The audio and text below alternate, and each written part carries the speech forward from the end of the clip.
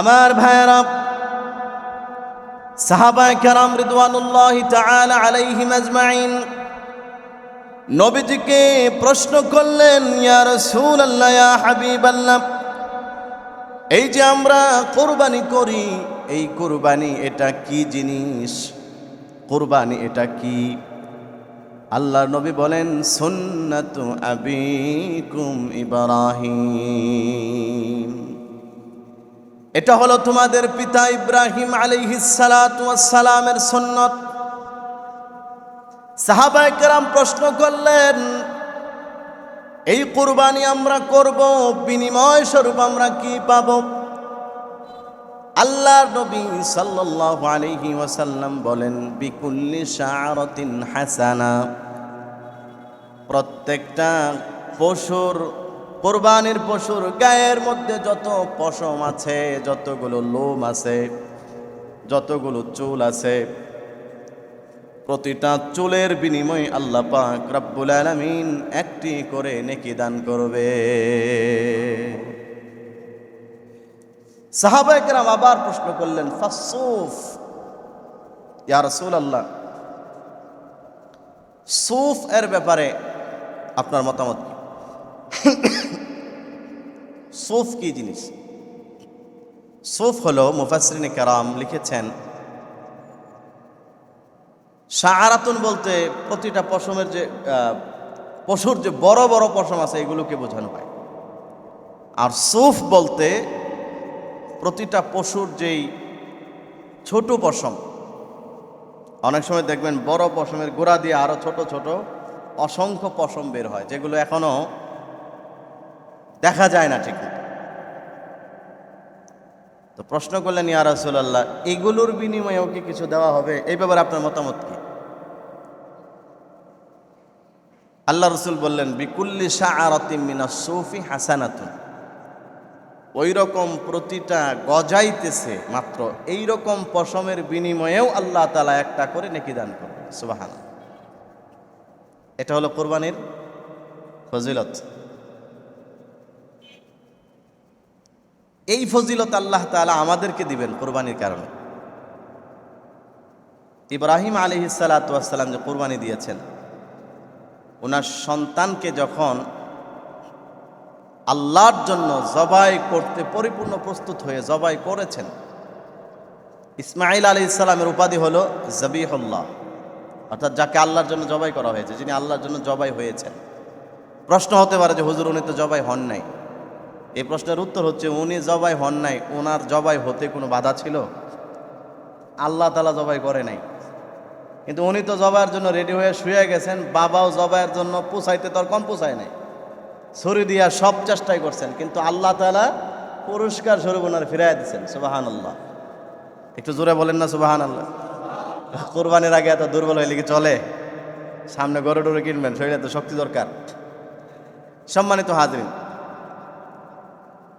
কুরবানির ইতিহাস থেকে আমাদের জন্য বড় একটা শিক্ষা হচ্ছে, কোনো মানুষ যদি আল্লাহর সন্তুষ্টির জন্য ত্যাগ করে, আল্লাহর খুশির জন্য যেই কোনো জিনিস ত্যাগ করে, আল্লাহ তাআলা কখনোই সেই বান্দাকে ঠকায় না, বরং আল্লাহ তাআলা তার জায়গা মতো জিতায়া দেন। এমন জিতানো জিতায় যে পৃথিবীর ইতিহাসে আল্লাহ পাক রব্বুল আলামিন তাকে অমর বানায় রাখেন। সুবহানাল্লাহ।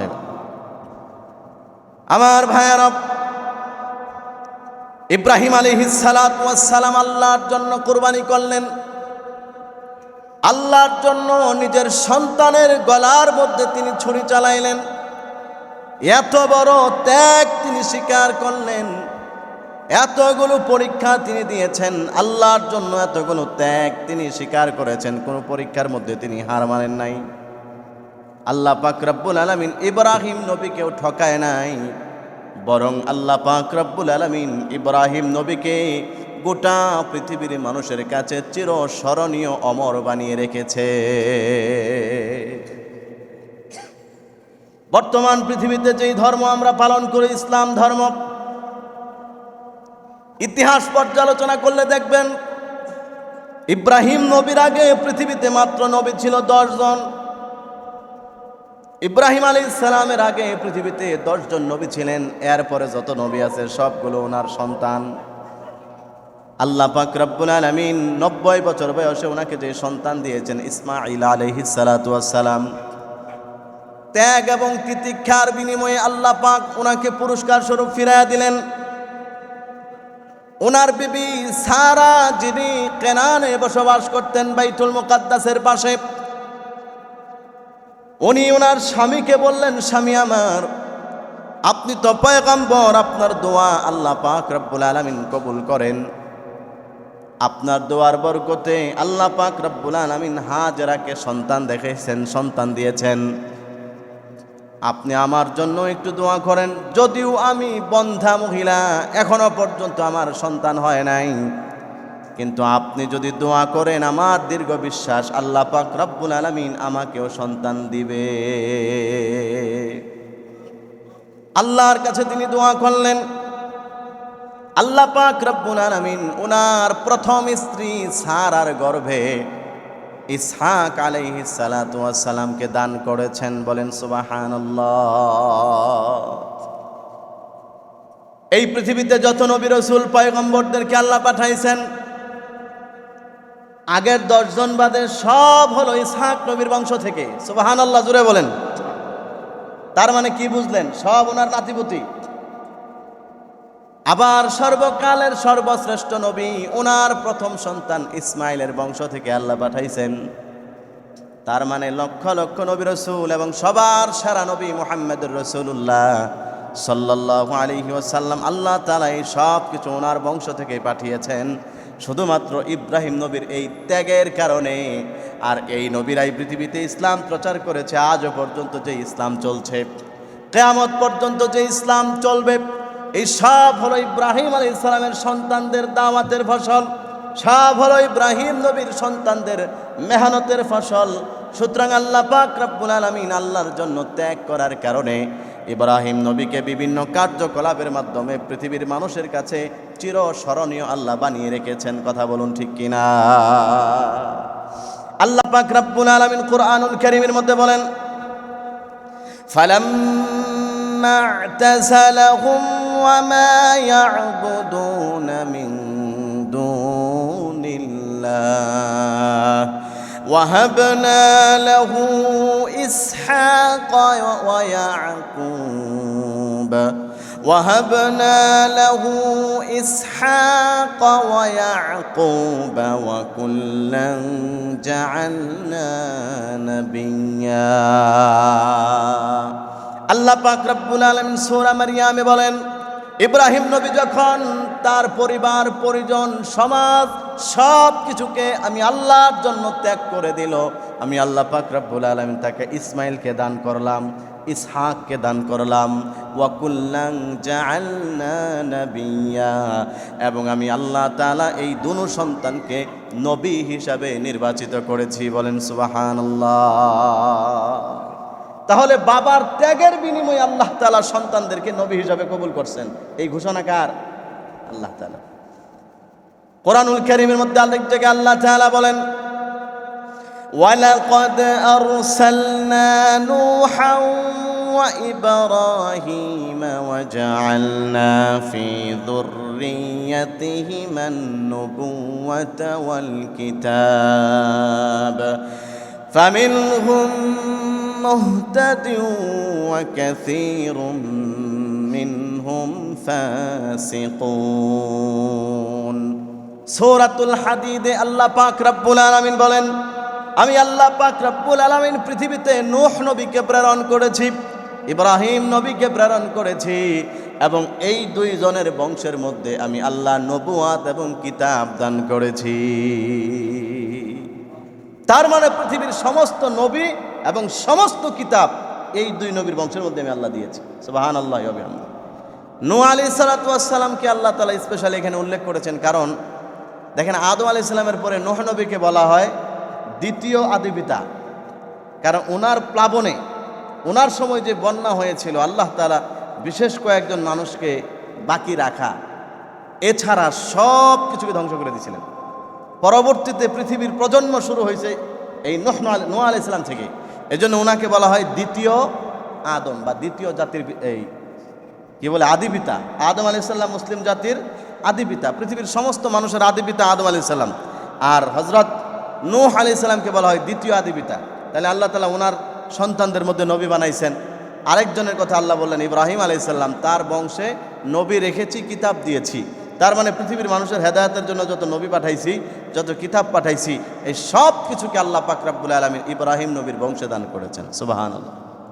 যেটার বাস্তব প্রমাণ হলো ওনার দ্বিতীয় ছিল ইসহাক নবীর বংশে লক্ষ লক্ষ নবী আল্লাহ তাআলা পাঠাইছেন। সুবহানাল্লাহ। তাহলে বাবার ত্যাগের বিনিময়ে আল্লাহ তাআলা ওনাকে ঠকান নাই। ইব্রাহিম নবী যে আল্লাহর জন্য ত্যাগ করছেন, আল্লাহকে ওনারা ঠকাইছেন?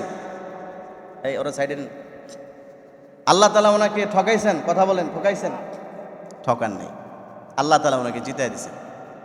আমার প্রিয় ভাইয়ারা, এখান থেকে আমাদের জন্য একটা বড় শিক্ষণীয় বিষয়, আমাদের সব কিছুকে ত্যাগ করতে হবে একমাত্র কার জন্য? সবাই মহব্বতে বলেন না, কার জন্য? আল্লাহর জন্য। আল্লাহর জন্য যদি আমরা ত্যাগ করতে পারি, আল্লাহ আমাদেরকে ঠকাবে না। এই জিনিসটা মাথায় রাখতে হবে। কুরবানি মানেই তো হলো ত্যাগ। এখন তো আর সন্তান কুরবানি দেওয়া লাগে না, আমরা পশু ক্রয় করে সেই পশুর গলায় ছুরি চালাই। কিন্তু বলেন তো, আল্লাহ তাআলাকে সেই পশুর গোশত এগুলোকে নিয়ে যান আসমান থেকে? ফেরেশতা পাঠায়া ঘরের থেকে গোশত, হাড্ডি, চর্বি এগুলো আল্লাহ কখনো নিয়ে গেছেন? এরকম ইতিহাস আছে? আল্লাহ পাক রব্বুল আলামিন বলেন, লান ইয়ানালাল্লাহা লুহুমুহা ওয়ালা দিমাউহা ওয়ালাকিন ইয়ানালুহুত তাকওয়া মিনকুম। পৃথিবীর মানুষেরা শোনো, আল্লাহ পাক রব্বুল আলামিনের কাছে তোমাদের কুরবানির পশুর গোশত পৌঁছে না। আল্লাহর কাছে তোমাদের কুরবানির পশুর রক্ত, হাড্ডি, মাংস কোনো কিছুই পৌঁছে না। আল্লাহ কোনো কিছুই চায় না। আল্লাহ তাআলার কাছে শুধুমাত্র পৌঁছে তোমার অন্তরের মধ্যে কি আছে সেটা। অন্তরে কি আছে? কোন নিয়তে কুরবানি দিছ? মানুষকে দেখানোর জন্য, নিজে খাওয়ার জন্য, নাকি বাহবা পাওয়ার জন্য, নাকি কুরবানি না দিলে মান সম্মান থাকবে না এই কারণে দিছ? কোন কারণে দিছ? এই যে মনের যে একটা ইচ্ছা, আল্লাহ তাআলা শুধু ওইটা দেখেন। ওইটার উপর ভিত্তি করে আল্লাহ তাআলা মানুষকে কোরবানির বদলা দান করেন। সুবহানাল্লাহ।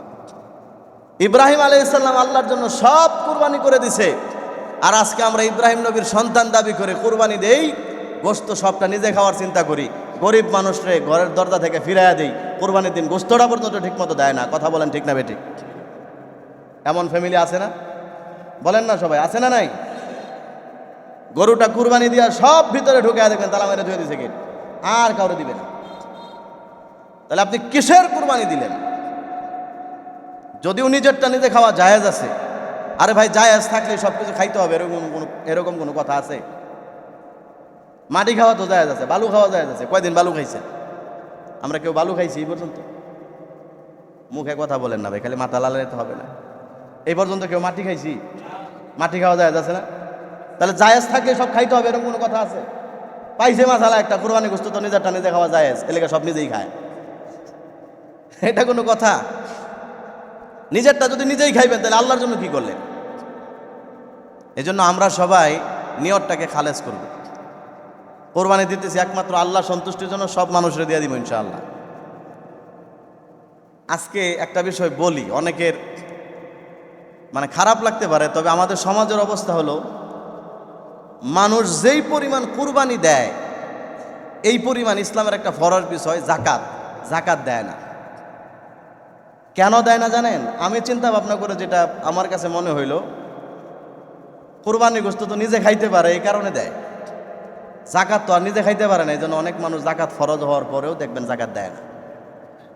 যদি এমন কোনো সিস্টেম থাকতো যে জাকাতটা ঘুরায় ফিরায় নিজের ঘরে রাখা, কুরবানির গোশত যেরকম খাওয়া যায় জায়েজ আছে, জাকাতটাও খাওয়ার মতো জায়েজ কোনো সিস্টেম যদি কোনো হুজুর করে দিত, তাহলে সব মানুষ জাকাত দিত। আচ্ছা বলেন তো, যেই মানুষগুলো কুরবানি দেয় এদের অধিকাংশ মানুষের উপর জাকাত ফরজ না? সবাই বলেন না ফরজ না? কিন্তু সমাজের আলহামদুলিল্লাহ এটা একটা ভালো দিক যে সবাই কুরবানি দেয়, এটা ভালো দিক, এটা প্রশংসার দাবি রাখে। কিন্তু যেই হারে কুরবানির প্রতিযোগিতা চলে, এই হারে কি জাকাত দেয়? দেয় না। কারণ নিয়ত করছে কোরবানি দিয়া ঘরে রাখা নিজেরটা নিজে খামো, কিন্তু জাকাত তো নিজে খাওয়া যায় না, এই জন্য ওইটা দেয় না। তাহলে মানুষ শুধু নিজের সুবিধার কথা চিন্তা করে, আল্লাহর জন্য ত্যাগ করে না, এটা মানুষকে দেখানোর জন্য করে। এগুলো আল্লাহ তাআলা বুঝেন। সুতরাং আপনি কুরবানি দিতে পারবেন, বড় পশু জবাই করতে পারবেন, কিন্তু আল্লাহর কাছে ফলাফল পাবেন জিরো, কিচ্ছু পাইতেন না। এই জন্য আমার সম্মানিত মুসল্লিয়ানে কেরাম, আপনাদের কাছে অনুরোধ, যেহেতু কুরবানি দিতেই আছেন, নিজে খাওয়ার জন্য না, সবটা মানুষকে দিয়ে দিবেন, এই নিয়তে দিবেন। রাজি আছেন ইনশাআল্লাহ? আল্লাহ আমল করার তৌফিক দান করুন। অনেক সময় এমন শোনা যায় যে ঈদের সময় অনেক ভাড়াটিয়ারা বাড়িতে যায় না, তাদের ঘরে কোরবানির দিন গোশত পৌঁছায় না, অথচ বাড়িওয়ালা কুরবানি দিয়া গোশত পাঠায় নিজের বিয়ের বাড়িতে, রান পাঠায় নিজের মেয়ের বাড়িতে। এটাকে আমি কেমনভাবে মনে করি, আমি গত বছরে বলছিলাম যে তেল দিলে মাথা, তেল দিলে সবার মজা লাগে। যেই বিয়ের বাড়িতে গরুর রান পাঠাইছে, ওই বিয়ে কুরবানিতে হারছে আর বড়টা, তাহলে সেই বাড়িতে আপনি গোশত পাঠায় লাভ হইল কি? আল্লাহ তাআলা কি বলছে আপনি যার বাড়িতে গোশত আছে হেরে দেওয়ার লেগে? এখন বিয়ায় চিন্তা করতেছে, বিয়ায় আমার রান পাঠাইছে, আমি যদি রান না পাঠাই মান সমান থাকবে, তাহলে এখন আমার গরুরটা হেরে পাঠাই দেয়। তার মানে এই আওয়াজ বদল হইল, এই বিয়ের গরুর রান সেই বিয়ের বাড়িত, আর সেই বিয়ের গরুর রান এই বিয়ের বাড়িত। কথা কি ক্লিয়ার? বুঝছেন আপনারা? একমত আমার সাথে নাকি দ্বিমত আছে? কারণ অধিকাংশ ক্ষেত্রে তো এরকম চিন্তা করে যে হে আমার বাড়িতে 5 কেজি গোস্ত পাঠাইছে, আমি যদি কিছু না দিই মান সমান থাকবো? কই বোঝে, দেখ কত বড় কিপটা, গোস্ত হের বাড়িতে 5 কেজি পাঠাইলাম, হ্যাঁ একটুও দিল না। এই জন্য সে নিজে করে নিয়ত করে যে আমিও 5 কেজি পাঠাই, তাহলে লাভ হইল কি? আমিও 5 কেজি পাঠাইলাম, হেও 5 কেজি পাঠাইলো, ওই ঘুরা ঘুরে এই পকেটেটা ওই পকেটে আর কি, এই পকেটেটা আন্দা ঘুরে ঘুরে আয়া পর আমার পকেটে আইল, লাভ কি? এই জন্য দেখা যায় যে কুরবানি দিছে তার বাড়িতে গোস্তের অভাব নাই। যেই লোক ইচ্ছা করলে সপ্তাহে সপ্তাহে গোস্ত কিনা খাইতে পারে, তার ফ্রিজে কুরবানির গোস্ত অভাব নাই। আর যেই লোকে সারা বছর একদিন কিনা খাওয়ার সক্ষমতা রাখে না, কুরবানির দিন তার ঘরে পর্যন্ত গোস্ত দেয় না মানুষেরা। এমন অবস্থা আমাদের সমাজের মধ্যে হয়ে গেছে। অথচ কুরবানির মাকসাদ তো এটা না। কুরবানির মাকসাদ হলো সব আল্লাহর জন্য ত্যাগ করে দিবেন, সব দিয়ে দিবেন। আমার কাছে মনে হয় যে আগে ফ্রিজ ছিল না, ভালো আছিল। তারপরও কিছু কিছু কিপটা মানুষ আছে 6 মাস পর্যন্ত শুটকি দিয়ে খাইছে, তারপরে মানুষেরা দেয় না। মুরব্বীরা আপনার দেখছেন শুটকি খাইতে? তার আমি ছোট গেলে দেখছি, আমি তখন মাদ্রাসায় পড়ি, ঢাকা থেকে যখন বাড়িতে যাইতাম, তো এলাকায় তখন তো খালি দৌড়াদৌড়ি করতাম, ঘুরতাম ছোটকালে, মনে করেন আর 20 বছর আগের কথা বলতেছি। তো অনেক জায়গায় দেখতাম ওই বাড়ির পাশে সুতা দিয়ে এরকম কি ঝোলানো, এরকম গাইথা গাইতা, তো কই দিয়ে, তখন তো ভালো করে চিনতাম না যেগুলো কি। পরে এক সময় বুঝলাম যেগুলো গোস্তের শুটকি দিছে। তার মানে বর্তমানে যারা ফ্রিজে রাখে তখন তারা শুটকি দিত, মানে মানুষ না দিয়া নিজে শুটকি দিয়া, মানে 2 মাস 6 মাস পর্যন্ত রাইখা রেখে খাইতো, তারপর মানুষের দেয় নাই। চিন্তা করছে গরু যখন কুরবানি দিয়েছে এত টাকা মানুষের দিয়া লাভ আছে, শুটকি দিয়া রাখছে। আর এখন ফ্রিজ আছে, এখন ফ্রিজে রাখে, যেটার বাস্তব প্রমাণ হইলো এই সময় আসলে ফ্রিজের বেচা কিনা বাইরে যায়। এই যে কবির ভাই লগে আছে, জিগায় দেখেন, কে কবির ভাই পারে না?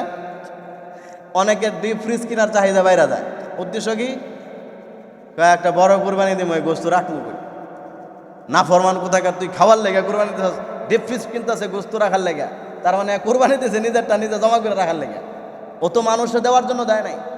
আপনি যদি আল্লাহকে দেওয়ার জন্য, মানুষকে বিলায় দেওয়ার জন্য যদি কুরবানি করেন, তাহলে গরু 10টা কিনলেও তো ফ্রিজ কেনার কথা না, কারণ আপনি যতই কুরবানি দিবেন সব মানুষকে বিলাই করে দিয়ে দিবেন। কথা বলেন ঠিক না বেটি? কবির ব্যবহার রাখ করেন না যে ফ্রিজ বেচা কিনা বেচা কিনা, কিন্তু তাহলে আরো ভালো ছিল। আলহামদুলিল্লাহ। তাহলে দেখেন আমাদের মন মানসিকতা পরিবর্তন করা দরকার। আমাদের বাবা ইব্রাহিম সব ত্যাগ করছেন, এটা হলো কোরবানির ইতিহাস। আর আমরা সব নিজে খাই, এরপরে কই যে আমি ত্যাগ করছি। তাহলে আসলে কি সে ত্যাগ করছে? নিজেরটা নিজে খাইছে। এই জন্য এই জিনিসগুলো মাথায় রাখবেন। আমি আর বেশি কিছু বলতে চাই না, পরে অনেকে কইবেন যে হুজুরে আম করে এমনি কইলো। এটা ভাই বোঝানির লেগে বললাম। যদি গোশত খাওয়ার ইচ্ছা থাকে, আমি আপনাদেরকে ব্যক্তিগতভাবে পরামর্শ দিব, যদি গোশত খাওয়ার ইচ্ছা থাকে, আপনি এখন কোরবানির সময় যা কোরবানি দিয়েছেন সব মানুষের দিয়ে দেন, পরে কি না খায়েন। কারণ এখন যদি গোশত খাওয়ার নিয়ত করেন, তাহলে আপনার কোরবানিটাই বাতিল হয়ে যাবে, কোরবানিই হবে না। তাহলে আমও গেল, সালাও গেল, কোরবানি হইল না, গোশত খাইতে না, কোনোটা হইল না, তাহলে লাভ হইল কি? বরং কোরবানির সময় গোশত খাওয়ার নিয়ত করা, এটা আরো লস। কি বলেন, লস না? আমি আপনাদেরকে একটু ব্যাখ্যা করে বুঝাই। আমি বিগত কয়েক বছরে ঢাকায় যা দেখলাম, কোরবানির পশু কিনে, মানে কোরবানির সময় গরুর যে কিনা হয়, গরুর যে গোশত হয় মিনিমাম 1000 টাকা কেজি পড়ে গরুর গোশত। গরুর যে দাম শহরে গাড়ি ভাড়া সহ, তারপরে কষাইরে দিয়ে যা কাটতে হয়, কষায় যেই টাকা বিল চায়। এই টঙ্গীতে দেখলাম 2 লাখ টাকার গরু 60,000 টাকা না কত, মানে কষায় চুক্তি করছে কাইটা দিবে, মানে কাইটা একটু বানায় দিবে। তাহলে চিন্তা করেন, এই টাকা হিসাব করে যদি আপনি 2 লাখ টাকাতে গরু কিনছেন, কষায়ের বিল দিচ্ছেন 50,000, ধরেন 2.5 লাখ, যেই পরিমাণ গোশত হয় হিসাব করলে দেখবেন প্রতি কেজি গোশতর দাম পড়ছে 1100-1200 টাকা। আচ্ছা বলেন তো, অন্য সময় একদম ভালো মানের গোশতটা বাজার থেকে কিনতে কয় টাকা লাগে? 750, 800। ভালো মানের গোশতটা কিনতে লাগে কত? 800। তাহলে আপনার যদি গোশত খাওয়ারই নিয়ত থাকে, আপনি 800 টাকা কেজি কিনে খান, কোরবানির সময় এত দামে গরু কিনে 1200 টাকা কেজি ফালানোর কথা কে বলছে আপনার? তাহলে তো কোরবানির টাইমে গোশত কিনে খাওয়াটা লস না? বুঝেন নাই মনে হয় আমার বিষয়টা, আপনার কথাটা। কোরবানির গোশতর কেজি পড়ে 1200 টাকা, তাহলে আপনি খাওয়ার নিয়তই যদি থাকে, তাহলে 1200 টাকা কেজি দরে গরু কেনার দরকার কি? আপনি এখন কোরবানি ছাগল দিয়ে দিলে হবে না? হবে তো। আপনি একটা ছোট্ট ছাগল দিয়ে আপনি ফরজ বিদায়টা আদায় করেন, তারপরে নিয়তটা ঠিক রাখেন যে না ছাগল দিছি সপ্তাহে মানুষকে দিয়ে দিলাম। কমপক্ষে নিয়তটা সহি হইলে, নিয়তটা ঠিক হইলে ছাগল দিয়ে দিলেও তো আপনি সওয়াব পাবেন। কিন্তু বিশাল বড় গরু দিছেন, নিয়ত করছেন নিজেরটা নিজে খাবেন, তাহলে তো আমও গেল সালাও গেল, কোরবানি হইল না, সওয়াবও পাইলেন না, কিচ্ছুই হইল, তাহলে লাভ কি? এর চাইতে ভালো ছাগল দেন, নিয়ত ঠিক রাখা ছাগল দেন, গোশত মানুষও সব দিয়া দেন, তারপরে মনটারে বুঝ দিতে পারবেন যে বেশি টাকা গেছে না, মাত্র 10,000 টাকা গেছে। এরপরে সারা বছর আপনি গোশত কিনা খান। কিন্তু কুরবানির সময় খাওয়ার নিয়তে করলে সব শেষ। এই জিনিসগুলো আল্লাহ আমাদেরকে বোঝার তৌফিক দান করুক, বলেন আমিন। সর্বশেষ কথা যেটা, আমরা যা করব সব কিছু একমাত্র কার জন্য? মহব্বতের সাথে জুড়ে বলেন কার জন্য? আমার ভাইয়েরা, কোরবানি করব আল্লাহর সন্তুষ্টির জন্য। মানুষকে দেখানোর উদ্দেশ্যে কোরবানি করলে কোরবানি হবে না। গোশত খাওয়ার নিয়তে কোরবানি করলে কোরবানি হবে না। সমাজের বড় গরুটা আপনি কোরবানি দিতেছেন, এবার দেখায়া দিবেন এই এলাকার মধ্যে সবচেয়ে বড় গরুটা আমি কোরবানি করছি। এইরকম নিম্ন মানের মন মানসিকতা নিয়ে যদি কোনো মানুষ কোরবানি করে, আল্লাহর জন্য যদি না হয়, তাহলে আল্লাহ পাক রব্বুল আলামিন বলেন তার কোরবানি হবে না। সব কিছু হতে হবে একমাত্র একজনের জন্য। জোরে বলেন তিনি কে? আরেকটু জোরে মহব্বতে, তিনি কে? কুল ইন্না সালাতি ওয়া নুসুকি ওয়া মাহইয়ায়া ওয়া মামাতি লিল্লাহি রাব্বিল আলামিন। আল্লাহ পাক রব্বুল আলামিন বলেন, ইয়া রাসূলুল্লাহ, ইয়া হাবিবাল্লাহ, আপনি পৃথিবীর মানুষকে এই ঘোষণাটা দিয়ে দেন, নিশ্চয় আমার নামাজ, আমার কোরবানি, আমার জীবন, আমার মরণ, এই সব কিছু হবে একমাত্র আল্লাহ পাকের জন্যে। একমাত্র আল্লাহর জন্য করতে হবে। আল্লাহর জন্য যদি না করে, তাহলে সে কোরবানি করবে কিন্তু কোরবানির সওয়াব পাবে না। আরেকটা বিষয়, বর্তমান সময়ে দেখা যায় কুরবানি আসলে কিছু ভাইরাল ইস্যু শুরু হয়। যেমন কোথাও কোথাও দেখা যায় একটা গরু আসছে, গরুটা অনেক ভাইরাল গরু। কোথাও কোথাও দেখা যায় একটা গরু আসছে, গরুটা অনেক পরিচিত। তো অনেক সময় আমাদের দেশের বড় বড় টাকাওয়ালারা সেই গরুগুলো কিনে। এই গরুগুলো কেনার পিছনে ওনার নিয়তটা যদি এইরকম থাকে যে এলাকার মানুষ দেখুক যে এই বছরের সেরা গরুটা অমুক শিল্পপতি কুরবানি দিচ্ছেন, তাহলে আল্লাহর ওয়াস্তে তার কুরবানিটা হবে না। কারণ সে কুরবানি দিছে মানুষের দেখানোর জন্য। পত্রিকায় নাম আসবে, সংবাদে প্রচার করবে যে ডোনাল্ড ট্রাম্প রে অমুকে কুরবানি দিছে। অনেক নারায়ণগঞ্জে এক গরু আছে না, আর কি আপনারা কি ফেসবুক চালান না? না, নাম কি? নারায়ণগঞ্জের ডোনাল্ড ট্রাম্প। অনেকেই দেখবেন ফেসবুকে দেখি মাঝে মধ্যে এগুলো নিয়ে প্রশ্ন করে যে ডোনাল্ড ট্রাম্পরে কুরবানি দিলে কি কুরবানি হবে? তো প্রথমে তো অনেক মানুষ শুনলে একটা কনফিউশনের মধ্যে পড়ে যায় যে ডোনাল্ড ট্রাম্পরে পাইব কই কুরবানি দিত, হ্যারে তো কুরবানি দেওয়ার লেগে সারা বিশ্বের মুসলিম খুঁজতেছে, এরা সুযোগ মতো পাইলেই কুরবানি সবাই দিবে। কি বলেন, ঠিক না বে ঠিক? কিন্তু পরে তো খোঁজ নিয়ে দিয়ে যে আসলে এটা তো ওই অরিজিনাল ডোনাল্ড ট্রাম্প না, এটা হলো গরুর নাম ডোনাল্ড ট্রাম্প। তাহলে এই জিনিসগুলো যখন মানুষের সামনে ভাইরাল হয় তখন এগুলোর মধ্যে লৌকিকতা চলে আসে।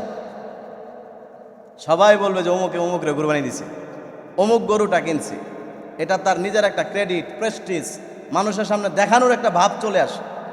কিন্তু আপনি যদি স্বাভাবিক অন্য একটা গরু কিনেন, এই ভাবটা আসবে না। এজন্য এই সমস্ত ভাইরাল পশু দিয়ে কোরবানি করার ক্ষেত্রে মানুষের লৌকিকতা আসে, এই জন্য এগুলো বিবেচনা করা উচিত। তবে আলহামদুলিল্লাহ, কারো যদি মন মানসিকতা ভালো থাকে যে না, তার মন ভালো, উনি আসলে আল্লাহর জন্য দিতেছেন, এমন কোনো আল্লাহর বান্দা যদি থাকে, তাহলে তার জন্য শুধু ডোনাল্ড ট্রাম্প না, আরও যদি কেউ থাকে, ওই গতবার দেখলাম হিরো আলম, তারপরে টাইগার, তারপরে আরও কি নাম আছে, ওই সব কিছুরে কুরবানি দেওয়া গিয়েছে, তার জন্য জায়েজ আছে। উদ্দেশ্য হলো মনটা ঠিক থাকতে হবে। এই জন্য আল্লাহ তাআলা আমাদেরকে আল্লাহর সন্তুষ্টির জন্য মন ঠিক রাইখা কুরবানি দেওয়ার তৌফিক দান করুক, সবাই বলি আমিন।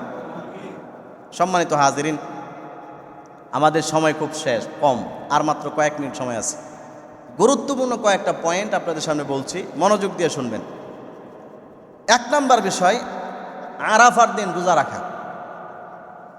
সামনে আসতেছে আরাফার দিন, অনেক ফজিলতপূর্ণ বরকতপূর্ণ একদিন, যেই দিন হাজী সাহেবরা আরাফার ময়দানে অবস্থান করবেন। আরাফার ময়দানে অবস্থান করা, এটা হলো হজ। হাদিসের মধ্যে আছে ওকুফে আরাফাই হলো হজ, আরাফার ময়দানে অবস্থান করাটাই হলো হজ। কোনো মানুষ যদি আরাফার দিন আরাফার ময়দানে অবস্থান না করে, তাহলে তার হজ হবে না। এই দিনে রোজা রাখা নফল, কিন্তু অনেক গুরুত্বপূর্ণ। আল্লাহ রসুল হাদিসের মধ্যে বলেছেন, ইন্নী আহতাসিবু আলাল্লাহ আইয়ুকাফিরা সানাতাল্লাতি ক্বাবলা ওয়াস সানাতাল্লাতি বা'দা। কোনো মানুষ যদি আরাফার দিন রোজা রাখে, আমি আল্লাহর কাছে আশা রাখি আল্লাহ তাআলা তার পিছনের 1 বছরের গুনাহ, সামনের 1 বছরের গুনাহ, মোট 2 বছরের গুনাহ খাতা মাফ করে দিবেন।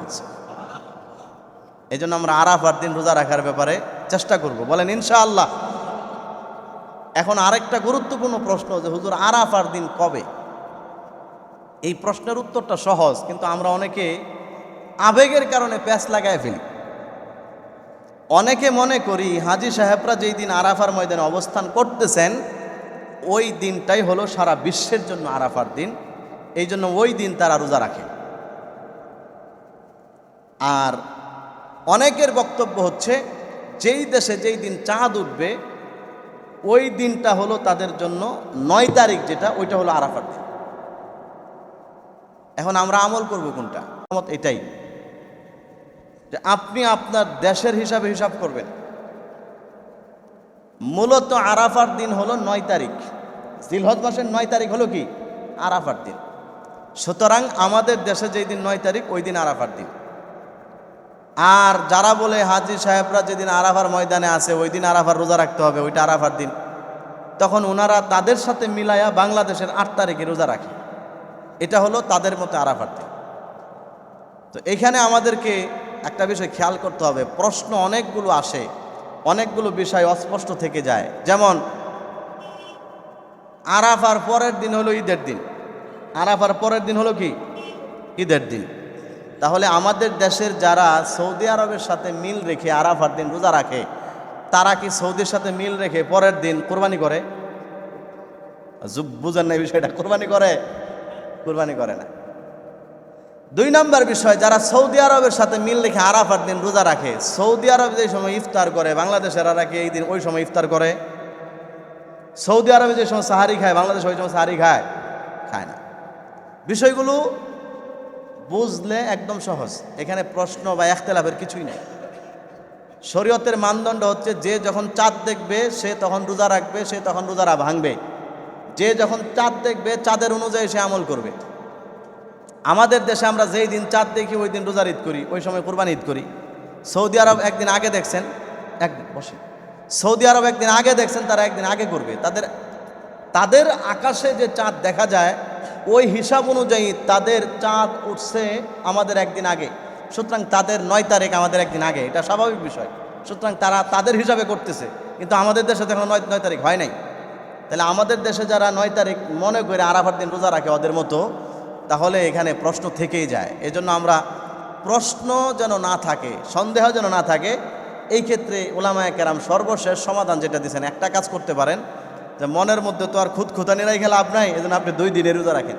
আরাফাত দিন মানে 8 তারিখেও রাখেন, 9 তারিখেও রাখেন, তারপরও কার্য করেন না, এরপরও কি করেন না, ঝগড়া করেন না, আপনি 2 দিনে রাখেন। আর সবচেয়ে ভালো হয় আপনি যদি জিলহজ মাসের 9 দিন রোজা রাখেন, কারণ জিলহজ মাসের 9 দিন রোজা রাখাই ফজিলত।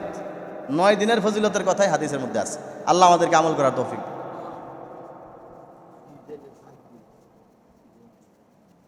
নাতি হয়েছে, মাশাআল্লাহ, ঠিক আছে। নাম কি? নাম রাখেন নাই? আচ্ছা, নাম, আপনার নাম কি? মুতাসিম, মাশাআল্লাহ।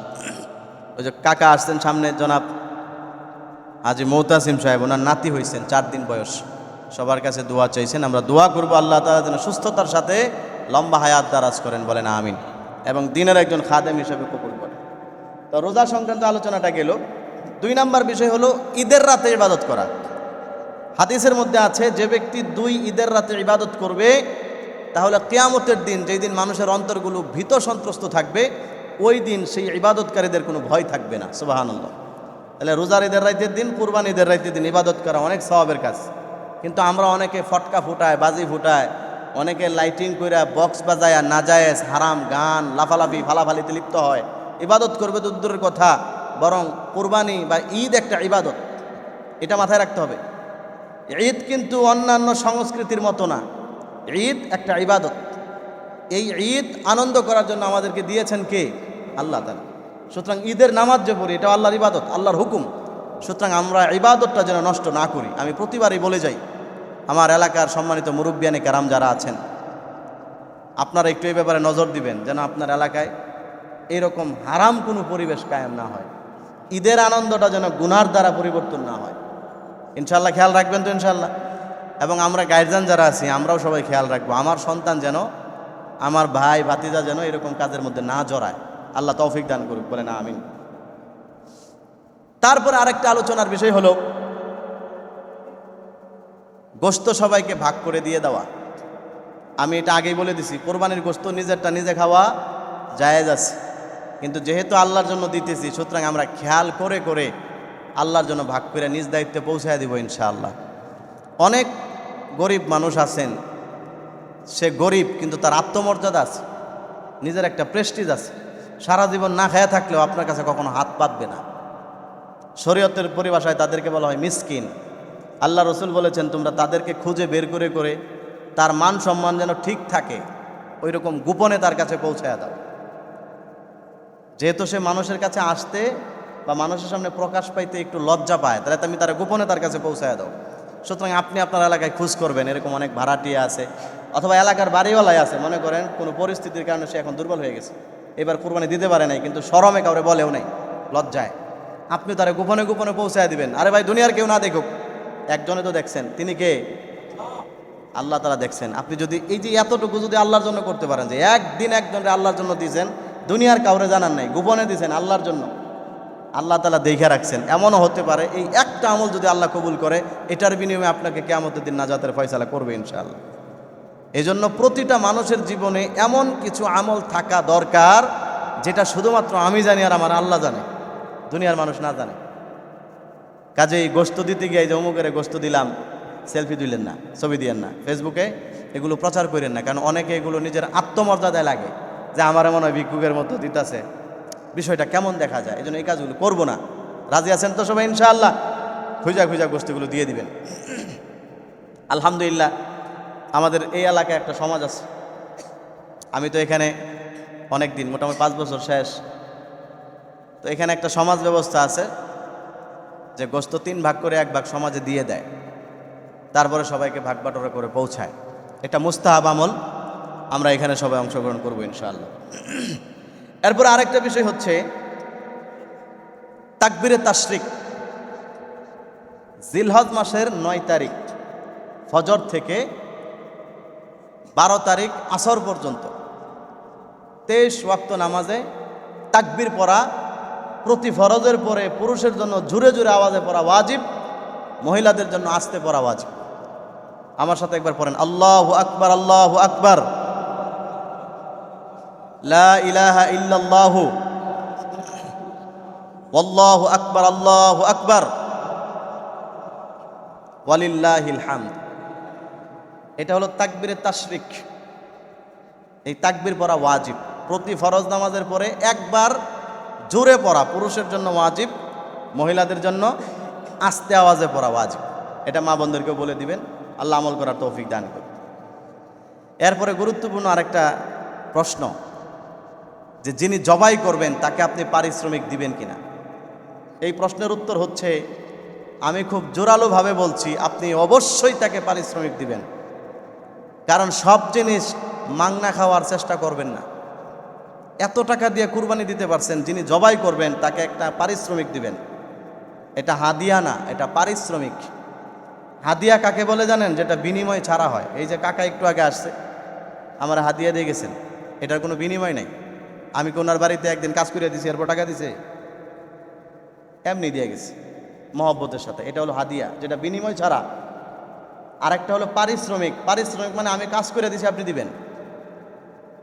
আমি আপনার গরু জবাই করে দিছি, আমার কোনো দরকার আছে আপনার গরু জবাই করার? ভালো করে বুঝেন, আমাদের এলাকাবাসী যারা আছেন, ইমাম সাহেবের দায়িত্ব না আপনার গরু জবাই করা। ইমাম সাহেব যদি ইচ্ছাকৃত কইরা দেয়, এটা আপনাদের প্রতি দয়া করছেন, এহসান করছেন। মাসআলা ভালো করে বুঝবেন, শরীয়ত মানলে ভালো করে মানবেন। অনেক সময় আমাদের একঘেয়েমি কাজ করে, যে আমগর ইমাম সাহেব, হ্যাঁ জবাই করবো না তো কি করবো? আরে ভাই, আপনার গরু জবাই করার জন্য ইমাম সাহেব রাখছেন?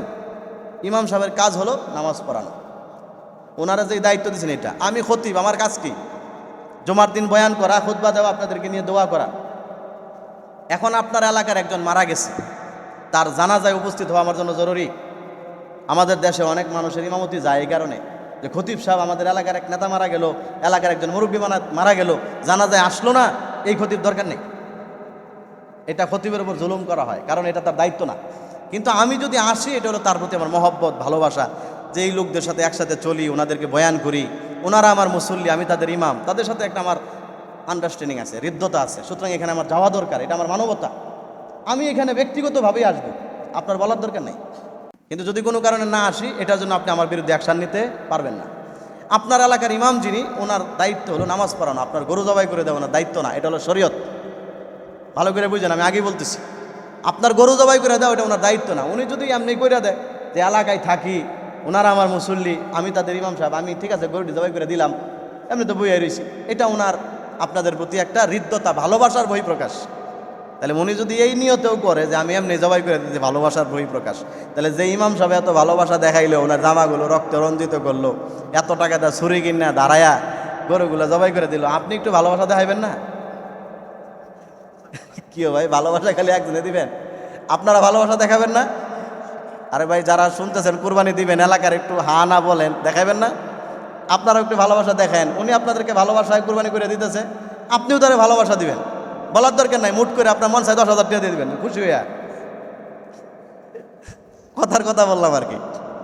আপনি আমার ব্যক্তিগতভাবে খেয়াল, এটা আমি ক্ষতি বিষয়ে বলে দিতেছি, আবার মনে করেন না যে ইমাম সাহেব মনে শিখাই দিচ্ছে। আপনি কমপক্ষে ওনারে 500 টাকা দিয়েন। আপনি এত টাকাতে গরু কিনছেন, আপনার গরুটা সুন্দরভাবে সুন্নত পদ্ধতিতে দোয়া করে জবাই করে দিতেছে, ওনারে দিয়া আপনার কুরবানিটা সুন্দরভাবে উনি করে দিতেছেন, ওনারা 200-400 টাকা দিতে আপনার মনটা এত যদি কাফাকাফি করে, তাহলে বুঝতে হবে ইমাম সাহেবের প্রতি আপনার মহব্বত কম। বুঝতে হবে যে আপনি সব জায়গায় টাকা দিতে পারেন, খালি হুজুররা দেওয়ার বেলায় আপনার মনের মধ্যে খুচুর খুচুর শুরু হয়। এই জন্য আন্তরিকতার সাথে ওনারা যতটুকু সম্ভব দিয়ে দিবেন। আমাদের মসজিদে কোনো টাকা পয়সা নির্ধারিত না, বিভিন্ন মসজিদে নির্ধারণ করে দেয়, কমিটিরা বইলা দেয় যে গরুর প্রতি 500 টাকা দিতেই হবে ইমাম সাহেবকে জবাই করবে। আমাদের মসজিদে কোনো নির্ধারিত নাই। তবে আমি আপনাদেরকে মহব্বতের সাথে, ভালোবাসার সাথে উদ্বুদ্ধ করতেছি, আপনারা যতটুকু সম্ভব ইমাম সাহেবকে দিবেন। আর আমাদের ইমাম সাহেব এখন নতুন আসছেন, ওনারা বেশি বেশি হাদিয়া দিবেন, যেন মনটাও যেন ভালো থাকে, যে এলাকাটায় গেলাম, এলাকার লোকজন মাশাআল্লাহ ভালো, হাদিয়া তো ভালো দেয়, এরকম একটা মন মানসিকতা যেন হয়, হৃদ্যতা যেন তৈরি হয়। কারণ হাদিয়া দিলে মহব্বত বাড়ে। উনিও আপনাদেরকে আল্লাহর জন্য কোরবানি করে দিবেন, আপনারাও আল্লাহর সন্তুষ্টির জন্য মহব্বতের সাথে ভালোবাসার বহিঃপ্রকাশ স্বরূপ ওনাকে হাদিয়া দিবেন। বলেন ইনশাআল্লাহ। এরপরে আরও অনেক বিষয় ছিল বলার, কিন্তু সময় নেই। সর্বশেষ কথা যেটা, কোরবানি যাদের উপর ফরজ তারা অবশ্যই কোরবানি দিব, এবং এক গরুকে আরেক গরুর সামনে জবাই করবো না, এটা মারাত্মক অন্যায়, হাদিসে নিষেধ। কখনোই এক পশুকে আরেক পশুর সামনে জবাই করবেন না। আপনি একটু নিজে বিবেক দিয়ে চিন্তা করেন, পশু তার কিন্তু অনুভূতি শক্তি আছে। আপনার সামনে যদি আপনার জবাই করে আপনার কেমন লাগবে? আরেকজনটা যদি জবাই করে, যদি বলে যে এই যে তোরে বাইন্দা রাখছি, এই যে হেইটার পরেই তোর সিরিয়াল, ওইটারে জবাই করতেছে, এরপরেই তোমার সিরিয়াল, তোমার নিয়ে জবাই করবে, কেমনটা লাগবে চিন্তা করছেন? এই জন্য নবীজি নিষেধ করছেন, হাদিসে আছে, কখনোই এক পশুকে আরেক পশুর সামনে জবাই করবেন না। আমাদের সমাজে দেখবেন লাইনের মধ্যে সড়কে দাঁড় করাইয়া ইমাম সাহেব একটা একটা জবাই করে যাইতেছে, এটা হারাম, নিষেধ, এটা করবেন না। আড়ালে রাখবেন, গরু যেখানে জবাই করার নিয়ে একটা জবাই করবেন।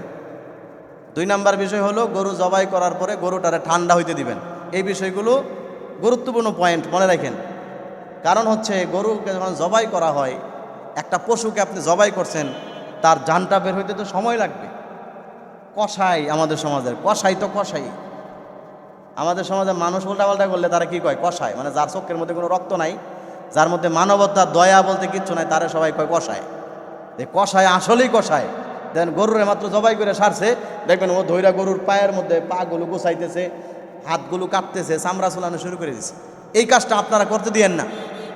কষায় করতে চাইবে কিন্তু আপনি দিয়েন না। কারণ হচ্ছে গরু যতক্ষণ পর্যন্ত তার রূহ বের না হয়, যতক্ষণ পর্যন্ত মারা না যায়, ততক্ষণ পর্যন্ত আপনি যদি তাকে এক্সট্রা চাপ দেন, তখন গরুটা হাড় স্ট্রোক করে। তখন জবাইয়ের কারণে মরে না, তখন স্ট্রোক করে মারা যায়। আর স্ট্রোক করে মারা গেলে ওই গরু খাওয়া হারাম, ওই পশু খাওয়া কি হারাম। এই জন্য কুরবানিটা যেন নষ্ট না হয় ভাই, আল্লাহর রাস্তায় খেয়াল রাখেন। এবং গরুর 4টা রগ, এই 2 সাইডে রগ আছে এবং মাঝখানে খাদ্যনলী। এই 4টা রগের মধ্যে 3টা রগ অবশ্যই কাটতে হবে। ছুরি দিয়া সোজা কাইটা এরকমভাবে ডানে বামে উপরে নিচনে পুষ দিবেন, যেন সাইডের রগগুলো কাটে। এবং রক্ত যাইতে যাইতে রক্তশূন্য হয়ে গরুটা মারা যাবে, তখন আপনার জন্য খাওয়া জায়েজ। অন্যথায় গরু খাওয়া অথবা কোনো পশু খাওয়া জায়েজ হবে না। জবাই করার সময় এগুলো খেয়াল করতে হবে। এরপরে গরু জবাই করার পরে ছুরি দিয়া যায় যে হাড়ের মধ্যে এরকম একটা গাঁথি দেয়, এরকম জুড়ে, এটা দেওয়ার দরকার নাই তো। আপনি তার রক কাইটা দিচ্ছেন, সে তো একটু পরে এমনি মারা যাবে। ও চাইতেছে নগদ 1 সেকেন্ডের মধ্যে মারা লাইছে। একটা গরুর 1 সেকেন্ডে মারা সম্ভব? আপনি একটা মানুষকে যদি গুলি করেন, জবাই করেন, এই মানুষটাকে 1 সেকেন্ডে মারা যায়? 10 মিনিট পর্যন্ত শরীরের মধ্যে তার গোস্ত পশমের মধ্যে রোগ থাকে, লাড়াচাড়া করতে থাকে, দেখবেন গোস্তগুলো টানে নড়ে। একটা জীবন বের হওয়া আপনি এত সহজ মনে করেন না, এটা অনেক বড় বিষয়। আর একটা গরুর শক্তি আপনার চেয়ে অনেক বেশি, সুতরাং তার শক্তি যেহেতু বেশি, তার রোহটা বেরোতে সময় বেশি লাগবে। সুতরাং এতটুকু সময় আপনাকে দিতে হবে। কষায় যদি চায় ধীরে ধীরে পা কাটতে, আল্লাহর রাস্তায় আপনারা দিয়েন না। রাজি আছেন তো ইনশাআল্লাহ? এই বিষয়গুলো খেয়াল রাখবেন। আর মন, নিয়ত পরিশুদ্ধ করা, বহুবার বলছি, সর্বশেষ আবারও কথা, নিয়তটা অবশ্যই পরিশুদ্ধ রাখবো যে একমাত্র কোরবানি আল্লাহর জন্য করতেছি, আল্লাহ তুমি আমার কোরবানিটা কবুল করো। এই জন্য কোরবানি করার সময় দোয়া পড়ে, দোয়া যে পড়ে, দোয়াটা আগেও পড়া যায় পরেও পড়া যায়, কোনো সমস্যা নাই। অনেকে লিস্টি লিয়ে দাঁড়ায় থাকে, গরুর কুরবানির গরু ছোঁয়া, এটা ভুল, এটা অন্যায়। গরুকে কষ্ট দেওয়া যাবে না, আপনি আগে জবাই করে ফেলবেন। জবাই করার পরে পরে গিয়ে লিস্টি বললেন, নামগুলো পইরা তখন দোয়া করতে হয়, আল্লাহ আপনি এই কুরবানিটা এই ব্যক্তিদের পক্ষ থেকে কবুল করেন। কামা তাকাব্বালতা মিন হাবিবিকা ওয়া খালিলিকা ইব্রাহিম আলাইহিস সালাম, যেমনিভাবে আপনার হাবিব, আপনার বন্ধু, আপনার খলিল ইব্রাহিমের কুরবানিকে কবুল করছেন, এমনিভাবে আমাদের পক্ষ থেকে ওইটা কুরবানি কবুল করেন। জীবিত মৃত সবার পক্ষ থেকে কুরবানি করা যায়। জীবিতদের যদি ওয়াজিব হয় ওয়াজিব, নফল হলে নফলে করা যায়। আর মৃতদের পক্ষ থেকে কুরবানি করা নফল কুরবানি। সুতরাং নবীজির নামে কুরবানি করতে পারবেন, নবীজির পক্ষ থেকে। আপনার মৃত বাবা মার নামে কুরবানি করতে পারবেন, সমস্যা নাই। গরু, মহিষ, উট 7টা পর্যন্ত ভাগ দেওয়া যায় এবং কারো ভাগের অংশ 7 ভাগের কম হইতে পারবে না, 7 ভাগের 1 ভাগ, এর কম হইতে পারবে না। যেমন একটা গরু কিনছেন 70,000 টাকা দিয়া, তাহলে 7 ভাগের 1 ভাগ কত হয়? সবাই বলেন না কত হয়? এই মশালাটা ভালো করে বুঝেন, 10,000। একজনের অংশ অবশ্যই 10,000 হইতে হবে। যদি 8,000 হয় একজনের, আর কোনো একজনে 12,000 দিয়ে দিল, তাহলে সবার কুরবানি বাতিল হয়ে যাবে, সবার কুরবানি বাতিল হবে। এই জন্য অংশ কমপক্ষে 7 ভাগের 1 ভাগ হইতে হবে। এই বিষয়গুলো খেয়াল রাখবেন। আরও অনেক বিষয় আপনাদের জানার থাকে। আমাদের তো এখন সময় শেষ। যদি আপনাদের এরকম কোনো বিষয় জানা থাকে, আমার এখানে নাম্বার দেওয়া আছে, আমাকে ফোন করেন, ইনশাআল্লাহ আমি আপনাদেরকে, যদি এই বিষয়ে আমার জানা থাকে আমি আপনাদেরকে জানাবো, অথবা যেভাবেই হোক আমি জেনে হলেও আপনাদেরকে ওই বিষয়ের সুষ্ঠু শরীয়তসম্মত সমাধান দেওয়ার চেষ্টা করবো ইনশাআল্লাহ। আল্লাহ তাআলা আপনাদের সবার, আমাদের সবার ঈদকে আনন্দময় করুক। সবাই বলেন আমিন। আমি আমার পক্ষ থেকে আপনাদের সবাইকে অগ্রিম ঈদ উল আজহার শুভেচ্ছা। ঈদ মোবারক।